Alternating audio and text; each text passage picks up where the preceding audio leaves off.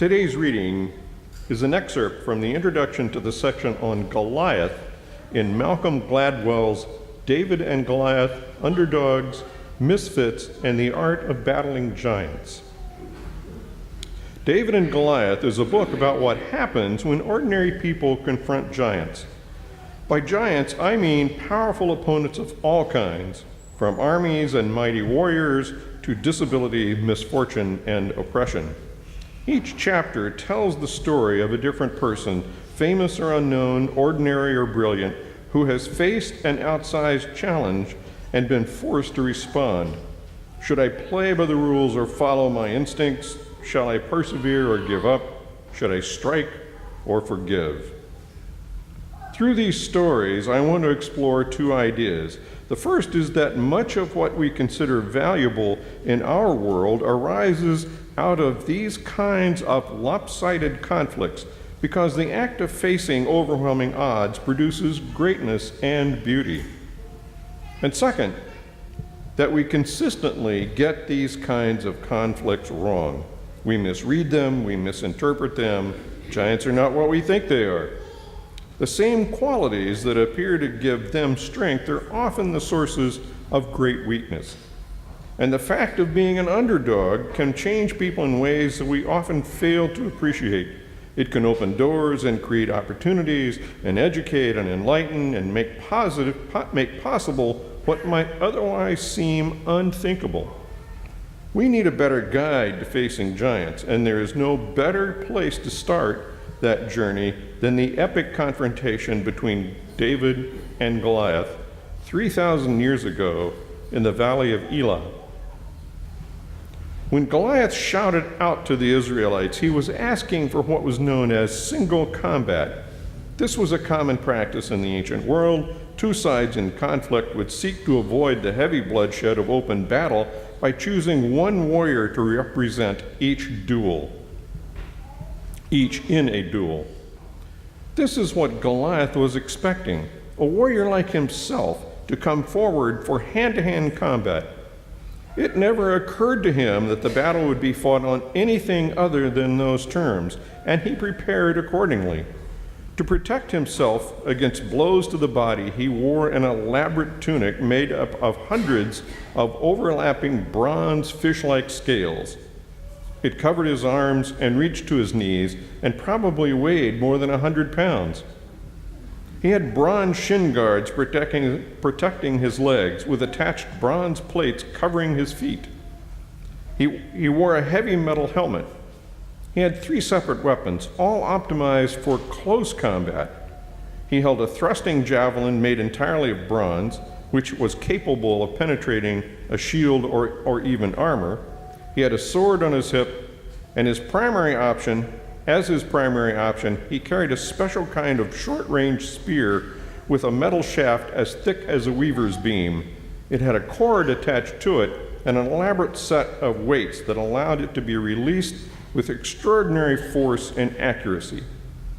As historian Moshe Garashkel writes, to the Israelites, this extraordinary spear with its heavy shaft plus long, heavy iron blade, when hurled by Goliath's strong arm, seemed capable of piercing any bronze shield and bronze armor together. Can you see why no Israelite would come forward to fight Goliath? Then David appears. Saul tries to give him his own sword and armor, so at least he'll have a fighting chance.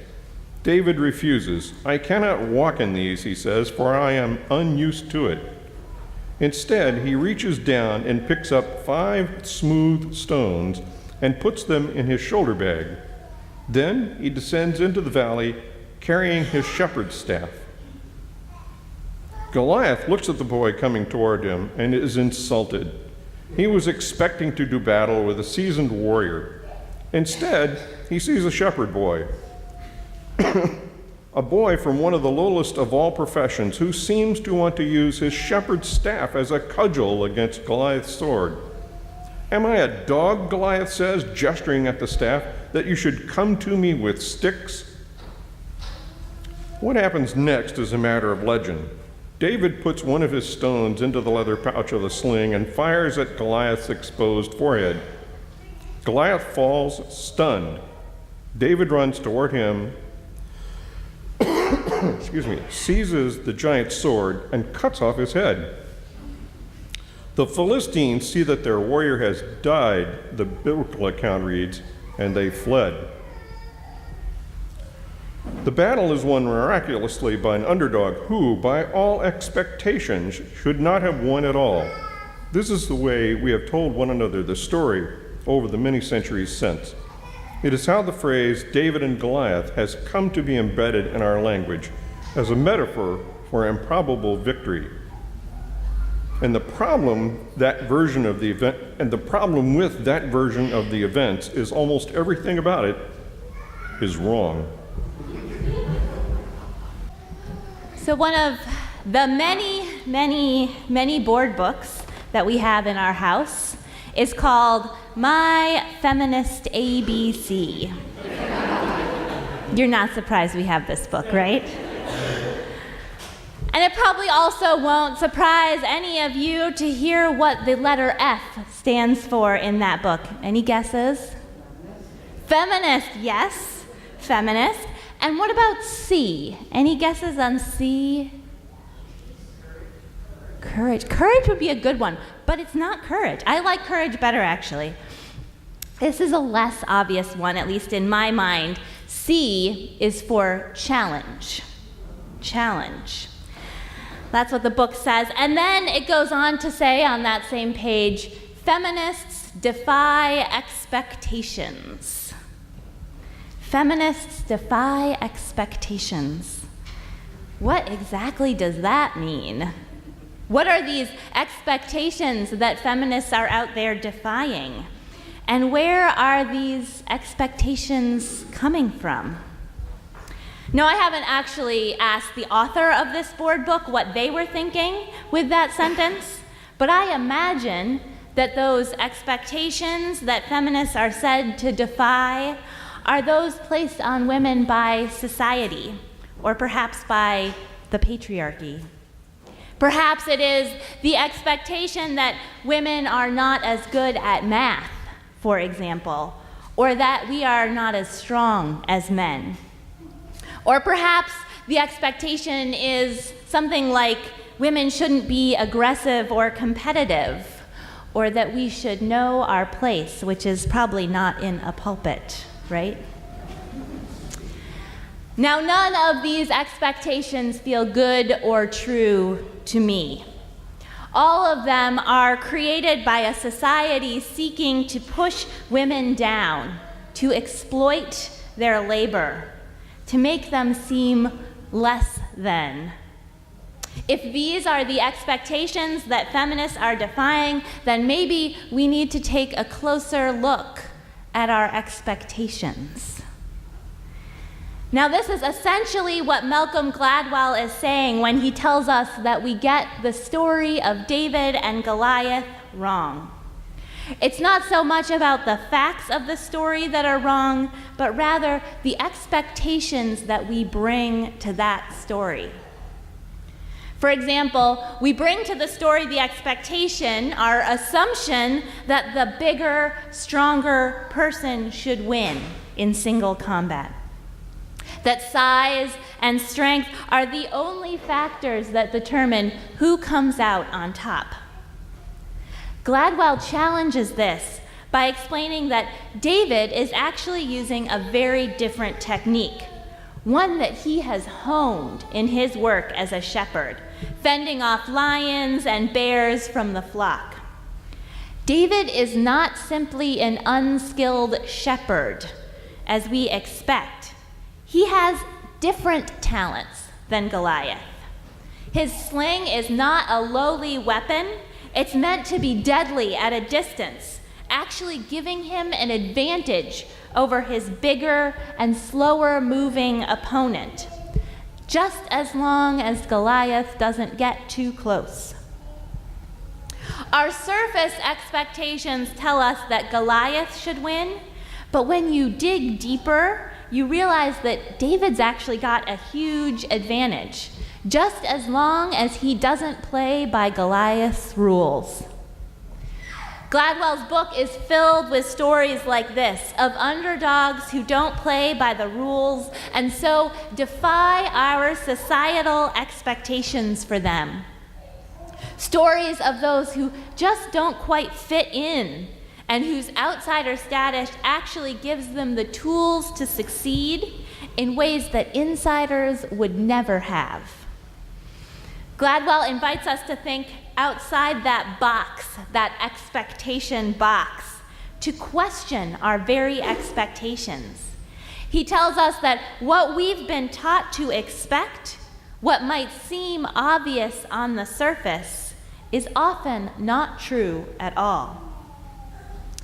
Now, what I find really interesting about Gladwell's argument in David and Goliath is that it feels like he's actually saying two different, somewhat conflicting things right there in that beginning part that Harry shared with us. On the one hand, he says, much of what we consider valuable in our world arises out of these lopsided conflicts because the act of facing overwhelming odds produces greatness and beauty. But then he goes on to say, we consistently get these kind of conflicts wrong. We misread them. And Gladwell then spends the rest of the book analyzing stories of underdogs who come out on top, trying to show how sometimes things that we see as advantages are actually disadvantages, and the things we see as disadvantages are actually advantages. He makes this important, powerful statement about how much we need stories of underdogs winning, how such narratives produce beauty and greatness. And then he turns around and tells us that none of these people were actually underdogs, that we are just misrepresenting the situation. There is power in the story of David and Goliath, I would say, without the scientific explanation that Gladwell provides. We need these stories of people beating the odds so that we can believe that we too can beat the odds. We need this narrative of that lowly shepherd defeating a giant so that we can believe that we too might have it in us to defeat the giants in our lives and in our world. To me, Gladwell's second claim actually takes something away from the power of the story. I want to believe that David was a lowly shepherd who defeated a giant. I want to believe in a world in which such things are possible. And so as I read Gladwell's book, I wondered, what is the point of this argument? How is this argument that underdogs aren't actually underdogs helpful? I think I found part of the answer in a community organizing training that I went to this past week with Faith in Action, the national organization with which our Granite State Organizing Project is affiliated. For those of you who don't know, GSOP is a New Hampshire statewide faith-based community organizing group, of which our congregation has been a member for many years. And I think it was meant to be that I was at this training this week, because just before preaching on David and Goliath, I got to hear that very story used by the first preacher at the training to speak, and then woven throughout the training. And it makes a lot of sense that this story would be a powerful one for community organizers. They are often underdogs facing giants. Organizers are people who often don't have a lot of traditional power like wealth or social status, and yet are constantly trying to build power to overcome injustice and oppression in our world. Talk about trying to defeat some giants, right? When scrappy community organizers win against people with wealth and title and all of that traditional power, it inspires us, doesn't it? It's not the outcome we expect, or at least not the outcome that society has taught us to expect. But maybe, once again, as Gladwell suggests, we need to examine our expectations. Maybe this whole image of the scrappy organizer up against powerful institutions isn't quite accurate. Maybe, once again, we are getting something or everything about this story wrong. And maybe there's something in community organizing that can explain why Gladwell thinks it's important to convince us that underdogs aren't actually underdogs. You see, in community organizing, there's a lot of talk about building power and claiming power. The basic concept is that if we each find our own power and we bring all of that power together, we can build enough collective power to affect real change in our community and our world. And so in the training I was at this week, we were encouraged over and over again to name our own power, to name the strengths and skills we had within us, to name and claim our purpose and our voice. And on the last day, a pastor from Missouri named Kimberly reflected again on the story of David and Goliath. She talked about a line that Gladwell also lifts up, the part where Saul tries to give David his armor. In Gladwell's analysis, David rejects the armor because it isn't suited to the type of fighting he is planned to do, the kind of fighting he is good at. That armor, which Saul thought of as something that would give David an advantage, would actually hold him back, slowing him down and making him more vulnerable. According to Gladwell, David rejects the armor because he is playing by different rules. Pastor Kimberly said something quite similar in her reflection. She said that David rejects the armor because it is Saul's tool, not his own. It is Saul's source of strength and power, not David's. He had his own tools in his toolbox, Kimberly told us. He didn't need anyone else's tools. He just needed to remember his own and pull them out. And then Kimberly challenged each of us to think about those tools that we have in our toolbox, especially those that we haven't used in a while, those that we've maybe forgotten about, or maybe are too afraid to use. Both of these interpretations say something about power and where our ultimate source of power is. We don't find our own power by imitating others or trying to fit the tools of others to our own needs. Instead, we find our power when we are reminded that we already have the tools within us. We just have to remember how to use them, to have the courage to reach in and pull them out of our toolbox and put them to work. And perhaps this is where that argument that Gladwell is trying to make, that underdogs aren't really underdogs, is actually helpful. Maybe those two messages that Gladwell offers are not really at odds with each other after all.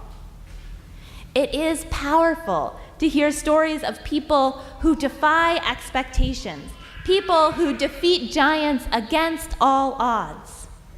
But it's just as powerful when you are feeling like an underdog, like society's expectations are stacked against you, to be reminded that you have the power and strength already within you.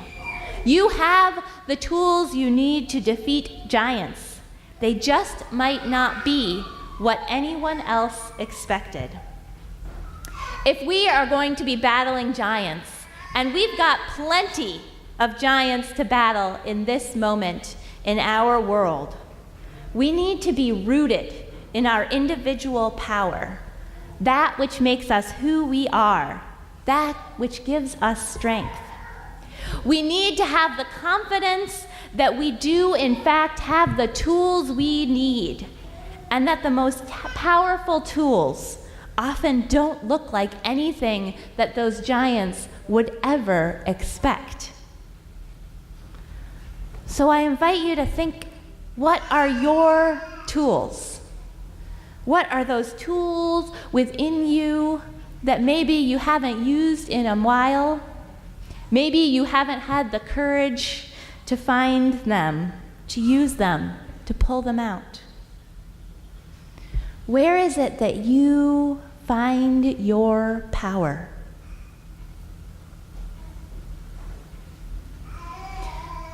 Just imagine what giants we might be able to defeat if we have the courage to use these tools, the strength to name and claim our power, and the audacity to defy expectations.